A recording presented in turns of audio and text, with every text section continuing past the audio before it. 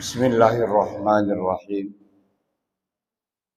Assalamualaikum warahmatullahi wabarakatuh.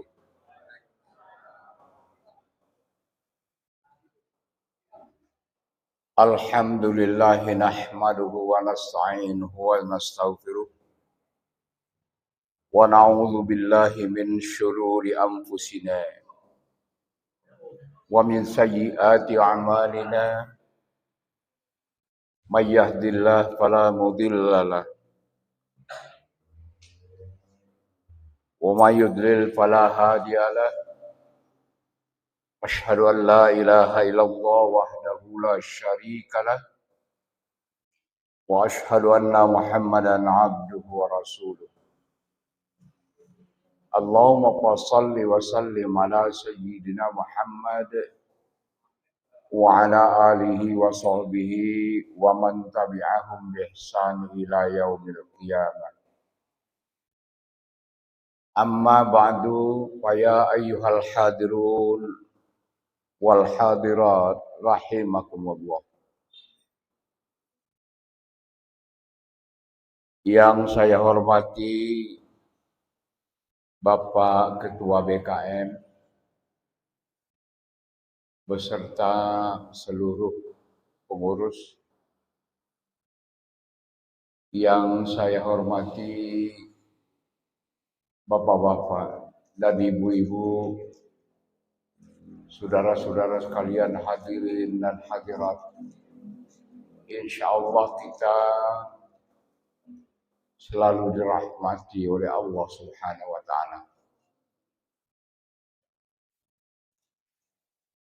Saya mohon maaf sebelum kita mulai.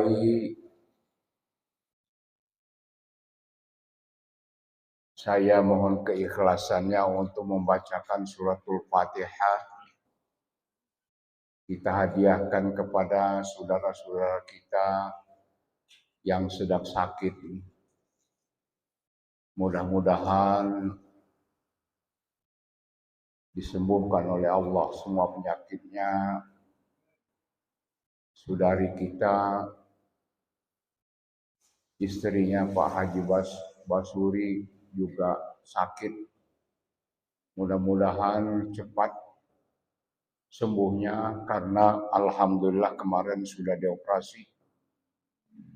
Kemudian Pak Ketua RT 6 kita juga sedang sakit. Dan kepada yang lain-lain juga yang sedang sakit, kita doakan semoga Allah menyembuhkan semua penyakit mereka dengan segera. Allahumma ba'is. Ya Allah, ya Tuhan kami, ishfi mardahum, la shifaa illa shifauka, la yaqdiru syai'a. Amin ya rabbal alamin. Alhamdulillahi rabbil alamin. Bapak-bapak dan ibu-ibu,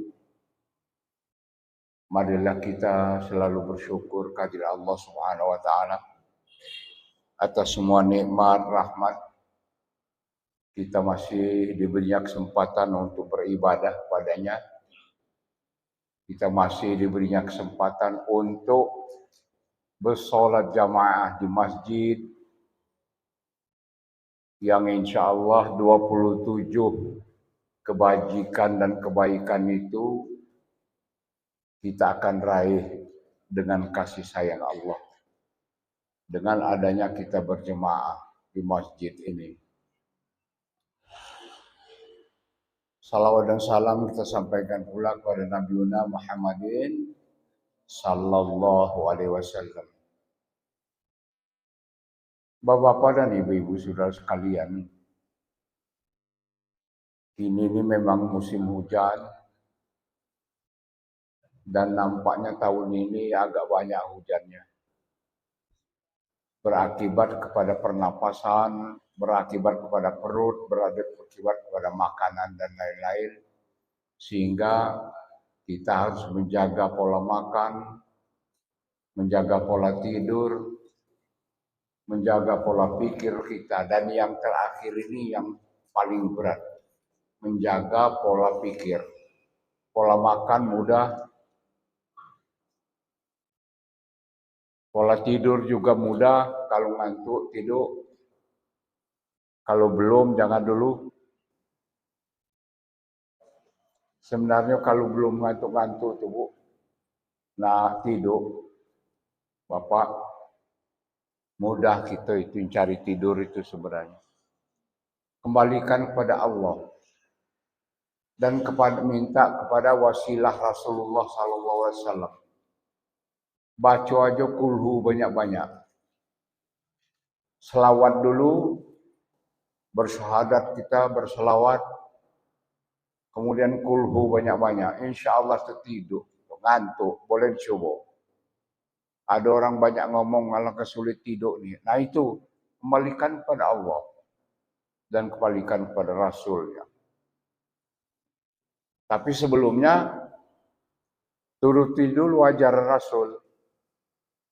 Sebelum tidur, kata Rasulullah apa kepada Aisyah? Ya Aisyah, kalau kau nak tidur, sebelum tidur tuh, baca kulhu 3 kali.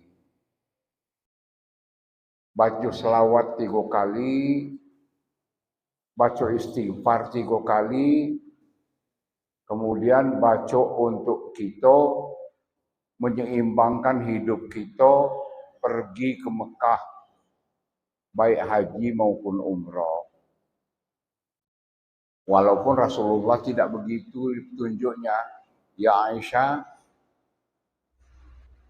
sebelum tidur bacalah Al-Quran sampai tamat. Bacalah hubunganmu dengan Rasulullah SAW. Kemudian minta petunjuk. Kemudian minta ampun dengan dengan Allah. Kemudian minta maaf kepada sesama manusia. Kemudian mintalah dengan Allah agar kau dapat selalu mendapatkan haji dan umrah. Ditanya oleh Aisyah, hadis ini biasa didengar oleh kita. Ditanya oleh Aisyah, ya Rasulullah, kalau kira-kira bahasa kita ini dah suami istri, alangkah nemannya aku dah namatkan Al-Quran 30 juz malam ini, mana kau baca?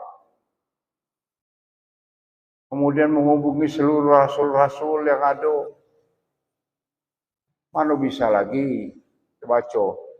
Istighfar nak minta maaf dengan orang sedunia ni. Pada Allah, kemudian minta maaf pada orang sedunia. Alangkah gerutnya.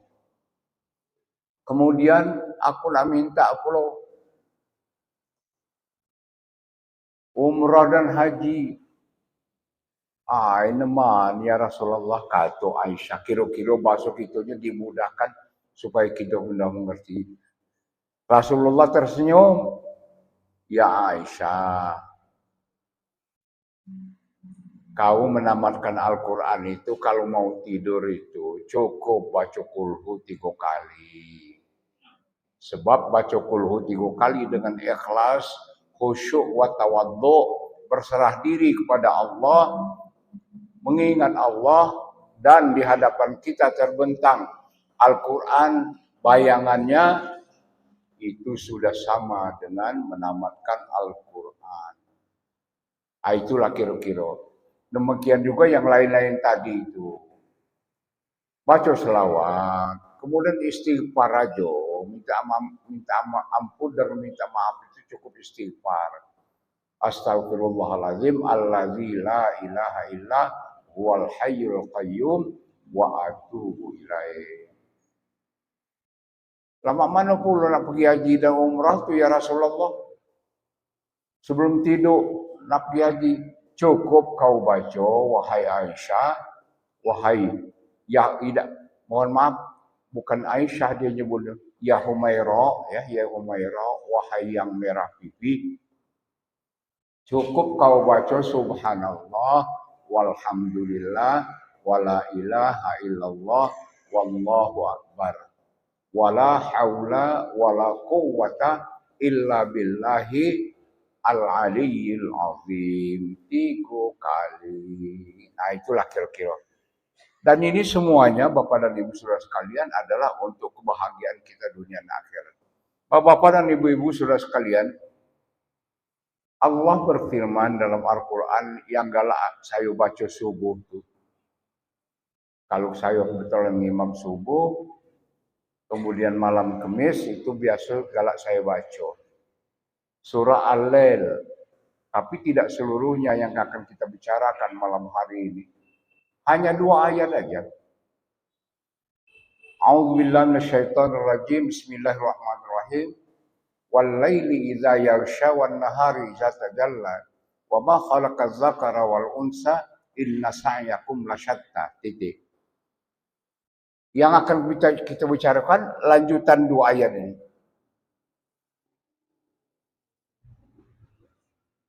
Terjemahannya aja yang akan saya baca. Barang siapa yang berbuat baik, bil husna itu baik. Hasan baik, husna sangat baik.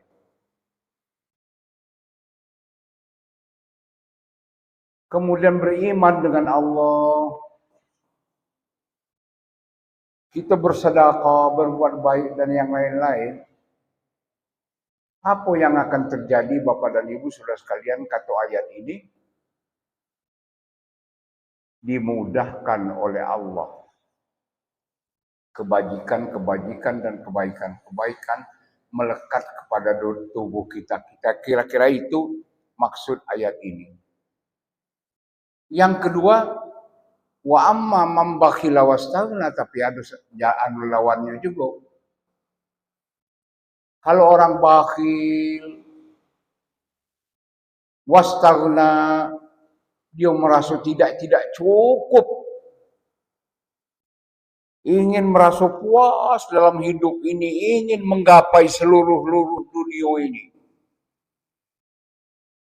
Seperti orang minum air garam, minum air laut.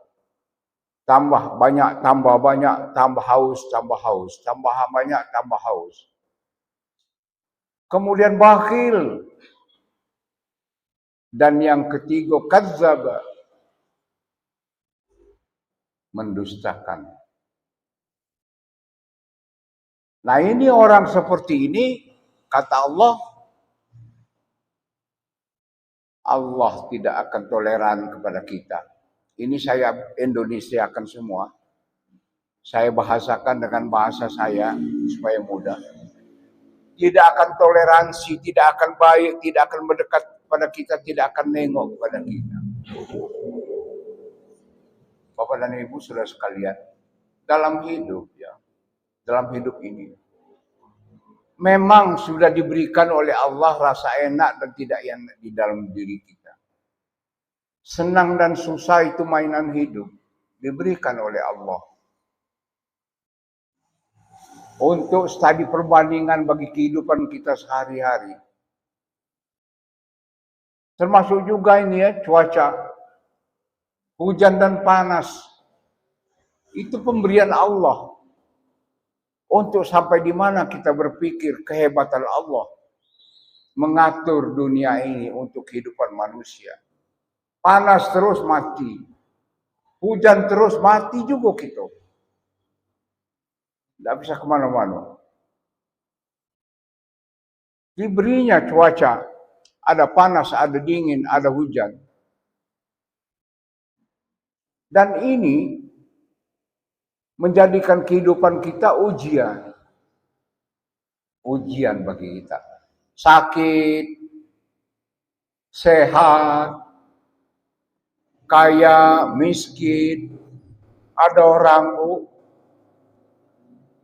kalau berdagang itu mudahnya untung. Ada istilah kalau orang dusun kami, jual baju buruk, berebut orang yang beli. Aneh ben ajaib. Karena memang ditakdirkan Allah, orang itu memang pedagang. Segalanya mudah. Betani, jadi kalau apa yang ditanam. Capek sore hari, nanam bu, nanam kacang, nanam apa, lemparnya baik. Apa katanya? Nak makan gula aren, lemparnya dari pondok. Pakai betai tanaman bahasa kami. Pakai ketapel, sehat. Tumbuh dia. Ngau, aren, dilempar baik tumbuh. Segala yang ditanamnya, segala dikerjakannya, menguntungkan terus mudahnya dapat. Itu ujian. Ujian juga. Jangan salah. Berdagang ya Allah. Baru setahun orang berdagang. Lah pajak kredit mobil. Walaupun belum bisa beli mobil. Tapi kredit lah pajak. Bayarlah pajak. Ngapa? Untung terus. Berniaga. Jangankan itu ya. Di sini kita kan banyak pegawai-pegawai negeri ya. Ada pegawai negeri baru 3 tahun, 5 tahun, lah jadi pejabat kecil-kecilan dia. 10 tahun lah jadi pejabat agak besar. 15 tahun lah geron. Ada orang yang lah pegawai 25 tahun, masih nungkuk-nungkuk tulah di meja siko. Selalu perlu panggil. Sini, apa, tolong antarkan surat ini. Lah 25 tahun. Nasib orang.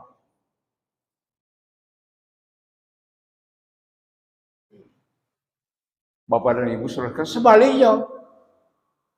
sebaliknya, jangan salah tapi ada orang yang beribadat, mengerjakan ibadah itu mudah dia. Pergi ke masjid senang, ngaji senang, baca Al-Quran senang, belajar Al-Quran senang, belajar doa senang, apapun bentuk keagamaan senang. Mudah dan bagi dirinya. Ujian juga. Segala-galanya itu ujian. Nah sebaliknya, ada orang yang berlawanan dengan itu tadi. Bapak dan Ibu saudara sekalian. Ada orang yang berdagang sulit. Kapan berdagang? Berdagang yang padek-padek. Kalau emas yang bagus-bagus, kalau baju yang padek-padek, warna juga berkilau-kilau. Dagang sayur yang masih bagus juga. Tidak ada ditawar kawan dikit-dikit. Malah kawan tidak lemak dengarnya. Berapa nih Bu? 5.000. Mahal ya. Padahal cabai ataupun bawang tadi bagusnya. Masih dikatakan juga alangkah mahal. Ya Allah itu. Tapi ketemu dia dengan orang tomat yang setengah-setengah tuh. Berapa ini Bu? Oh ini 4.000. Ambil setengah kilo Bu. Laburu tomatnya. Laku. Demikian juga yang lain-lain yang seperti tadi berlawanan. Nah sekarang ini ada analisa orang pintar. Mak mano cara ngatasi yang seperti ini? Yang berbalik. Tapi dijawab oleh orang pintar ulama tadi. Sulit. Memang itulah jalannya. Yang penting katanya bukan mak mano caronyo, tapi bagaimana cara mengatasi jiwa kita dengan pertemuan ini. Kalau kita kayo, kalau kita mudah berdagang, kalau kita ibu, apa yang harus kita kerjakan? Kalau kita sulit, mak mano cara kita menghadapi kesulitan ini? Salah satunya.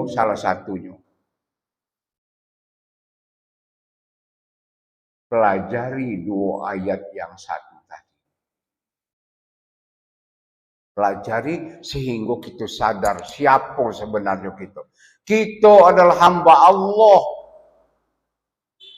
Yang kadang-kadang kita lupa bahwa kita ini hamba Allah. Kita bangga dengan kehidupan kita. kita lupa siapa yang memberikan kebanggaan ini. Kemudian sebaliknya kita sengsara, sulit galau-galau. Kita lupa siapa sebenarnya yang sudah mengatur ini.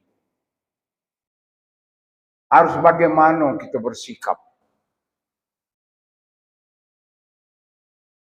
Yang inilah yang sulit itu kita tentukan. Bapak dan Ibu saudara sekalian, dua ayat ini sebagai obat untuk pencerahan hati kita.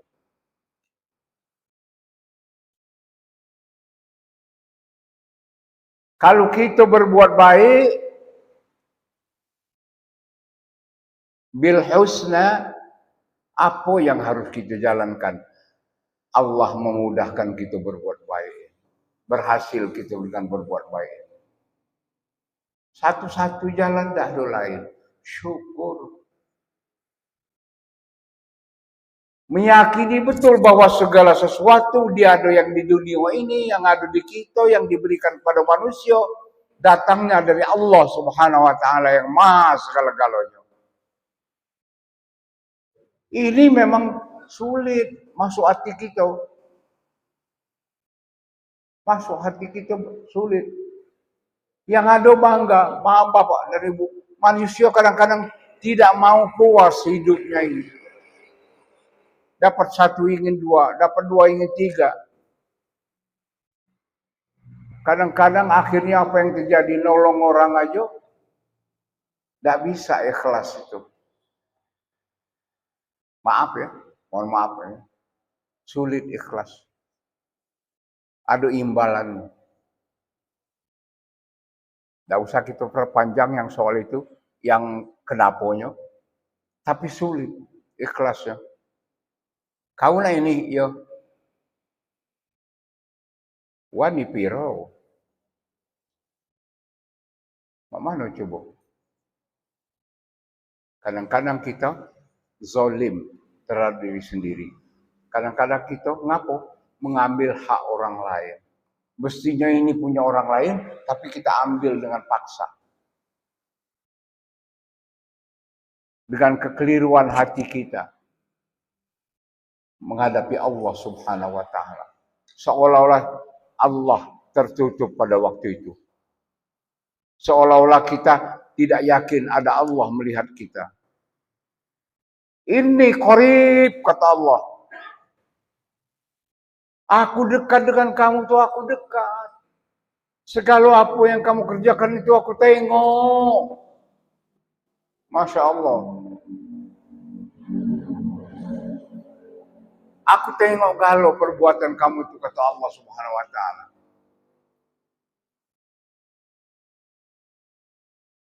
Aqrabu min haulil warid. Tak yakin gitu. Ini qarib, Allah dekat, aku dekat. Allah itu di mana letaknya paling jauh kalau sudah sampai pengawasan kepada kita? Ilmu pengawasannya aqrabu min haulil warid. Lebih dekat daripada urat kelongkongan kita. Bayangkanlah Allah itu. Tahu galau dia, tapi kita tidak mau dengarnya. Tidak mau mengerti. Makanya kadang-kadang manusia keras kepala. Menafikan Al-Quran, menafikan Allah, menafikan Rasul, menafikan Rasulullah Sallallahu Alaihi Wasallam yang telah membawa ajaran yang benar ini. Dinafikan juga loh. Dianggapnya tidak ada. Boleh dibuktikan. Kalau beruntung, ini hasil pekerjaanku sendiri. Bapak dan Ibu, saudara-saudara sekalian,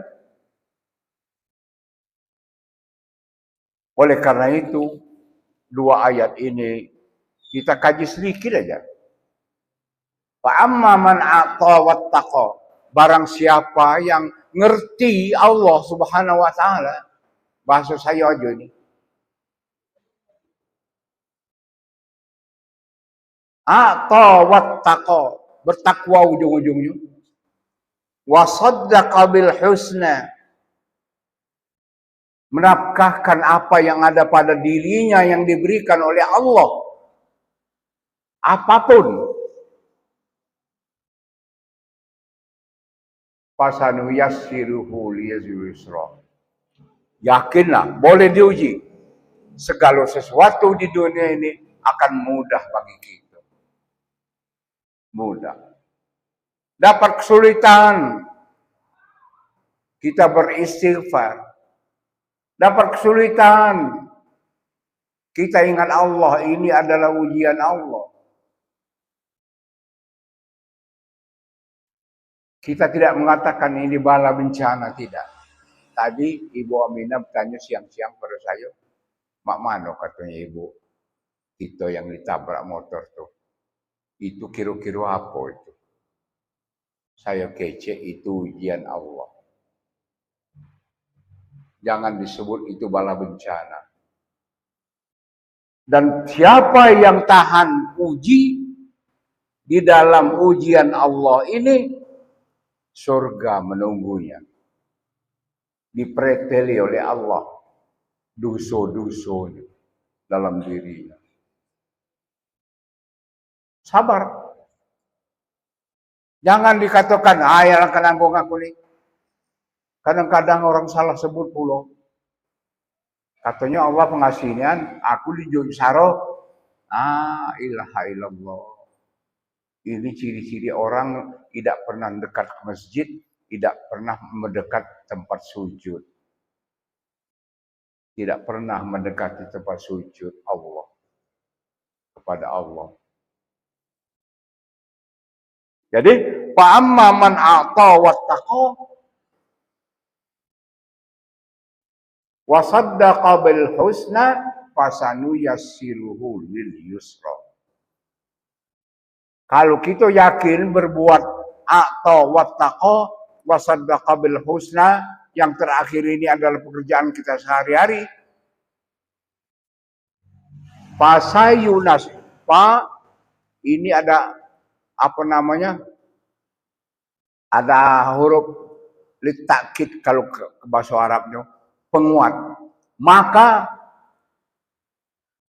fasanu yassiruhu, akan pasti akan dimudahkan oleh Allah. Apapun yang dikerjakan. Pasti. Tapi sebaliknya, wa amma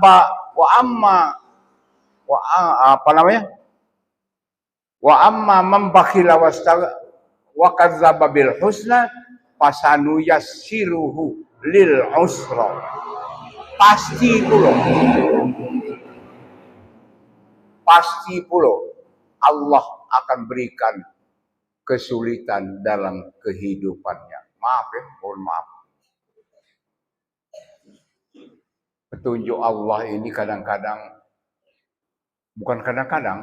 sangat-sangat pasti dan sangat-sangat baik. Tapi herannya kita, kenapa kita tidak nurut? Bakhil, kadang-kadang bakhil terhadap diri sendiri. Sampai-sampai maknya sendiri nggak diurusnya. Satu cerita kecil, pendek aja saya pendekkan. Ada seorang ibu-ibu yang dititipkan ke panti asuhan, ditemui oleh seorang ustadz. Ada ustadz datang ke panti asuhan, dia nangis.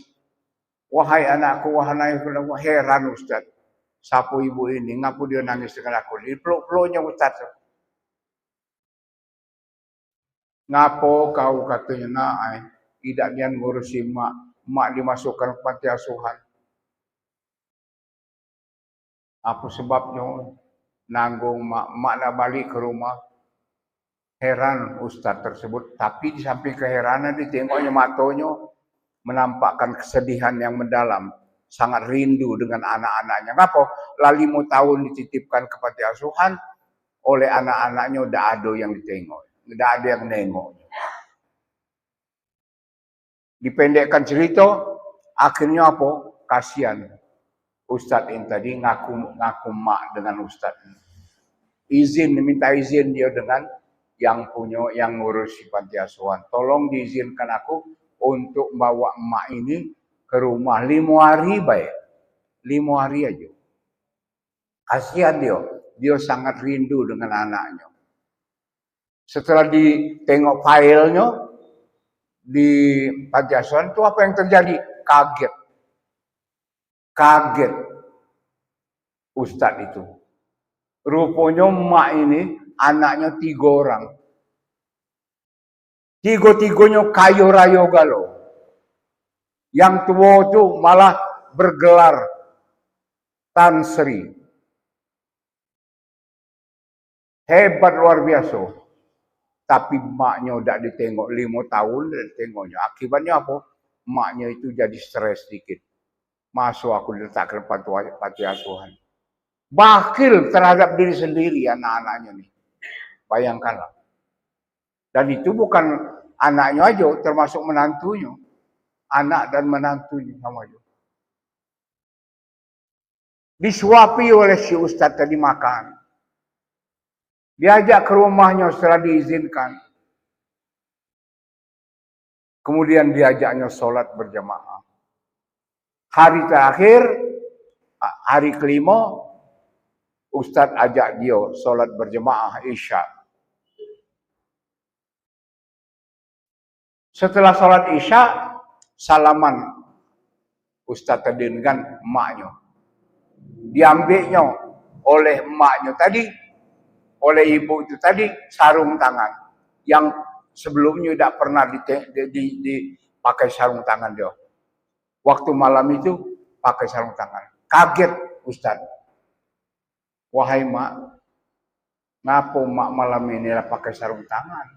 Salaman dengan aku kan lah nganggap mak dengan ibu, nganggap mak aku sudah meninggal. Jadi ibu inilah makku satu-satunya sekarang. Sambil menangis, ibu itu rupanya disadarkan Allah. Wahai Ustadz, katanya. Langsung disebutnya Ustadz. Wahai Ustadz, engkau bukan anakku. Kalau anakku udah akan pernah ngajak sembahyang berjemaah, kata ibu itu. Tidak pernah ngajak imam-imaman. Nengok dia sholat lagi dah. Kalau anakku udah pernah nyuapi aku makan, kata emak ibu tadi. Dan lain-lain. Ditolaknya oleh emak tadi. Nangis Ustadz dengan istrinya, nangis. Jangan macam itu, mak, katanya. Maafkan mereka. Tidak bisa, katanya. Tidak bisa dimaafkan, kata emaknya. Tahu-tahu besoknya dia udah tidak lagi makan. Disuapi oleh Ustadz tadi, dia udah tidak lagi makan, dimutakan. Langsung sakit, dipendekkan cerita, meninggal. Tapi sebelum meninggal dia wasiat. Wahai Ustadz, yang jadi anakku, kalau andai kata anak-anakku bertanya kepada engkau, andai kata dia tahu akulah meninggal, sudahkah, di manakah letak makamku? Jangan dikasih tahu. Dan kalaupun mereka akhirnya tahu sendiri, jangan suruh dekat-dekat ke makamku. Dan yang paling akhir, jangan sampai anakku megang batu pusaraku.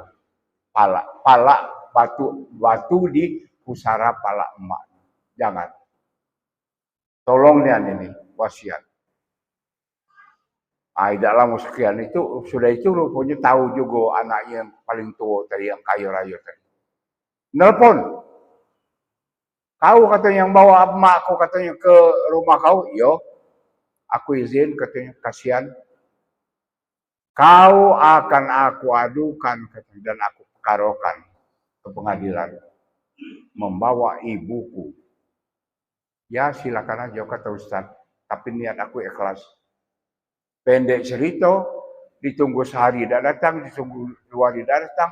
Setahun kemudian, Ustadz tadi sedang apa namanya berceramah di Jakarta. Ini true story namanya. Cerita yang benar. Di Jakarta, di salah satu masjid Jakarta, ada orang yang nongko-nongko setahun kemudian. Orangnya sederhana biasa. Begitu Ustadz sudah ceramah, langsung dilompatinya, diserbu, dipeluknya. Apakah kau katanya yang membawa emak aku katanya dari apa namanya panti asuhan ke rumah kau? Iya kata Ustadz.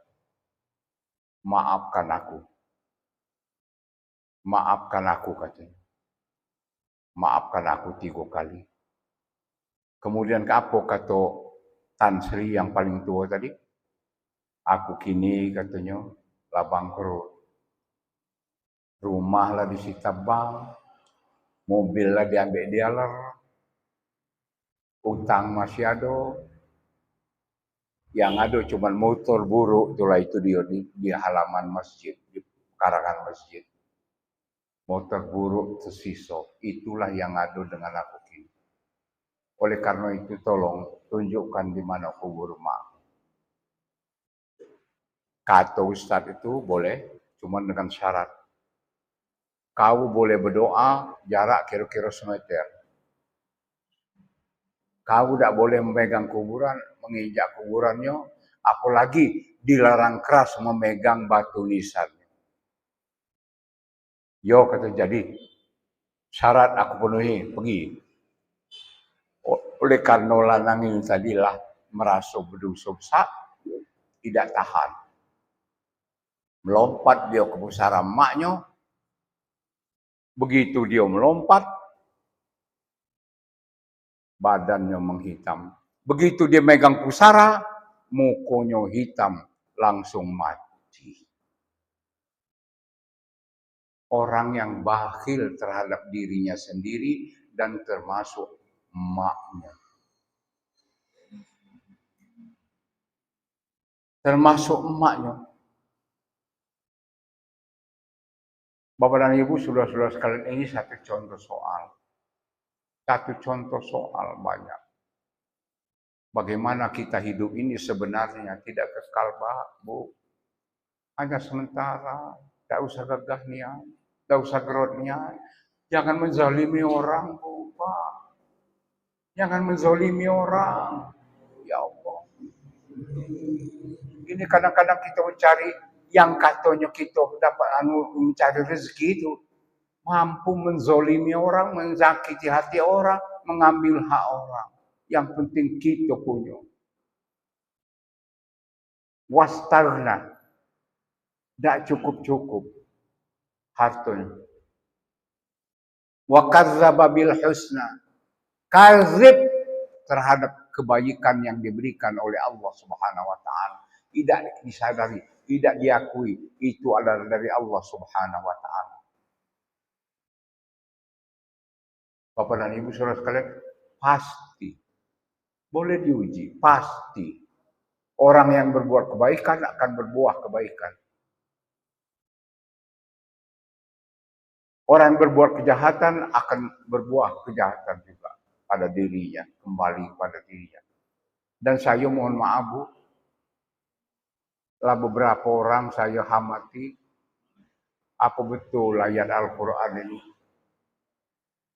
Terakhir saya berkesimpulan, tambah yakin saya, Allah Maha segala-galanya. Al-wa'du dainun, janji Allah itu pasti. Apa namanya? Bukan kalau yang ini hutang dibayar ya. Janji Allah pasti betulnya. Janji Allah pasti betulnya. Saya menengok orang kerjanya menzalimi orang terus. Tidak puas hidupnya. Saya malah sebelum ini berpikir, sulit juga Allah nak menghukum orang, tidak? Tapi terakhir apa yang terjadi? Dibukakan oleh Allah Subhanahu wa taala. Dibukakan oleh Allah kezalimannya. Dibukakan oleh Allah kezalimannya. Karena perbuatannya sendiri dibalas oleh Allah. Demikian juga orang yang berbuat baik. Bertakwa kepada Allah. Wa may yattaqillah yaj'al lahu makhraja. Selalu dimudahkan oleh Allah kehidupannya itu. Buntunya nak kemana, oh duit lah habis. Tahu-tahu, aduh, mohon maaf ya, aduh bahaya jalan. Aduh kawan saya dulu bu, mohon maaf ini. Seorang ustadz, aku ni mamanola Pak Syari Kapo, nang antara anak masuk pesantren duit aduh nih. Berdoalah kepada Allah jika aku dapat nolong juga. Karena agak bisa berdoa. Berapa hari lagi jika anak kau tuh nak diantar pesan 10 hari lagi. Diturutinya bu. Malam dia tahajud, berdoa kepada Allah Subhanahu wa taala. 6 hari kemudian dia bertemu dengan aku lagi. Bercerita, Allahu ya Allah. Katanya, ngaku aja ku. Memang Allah maha segala-galanya.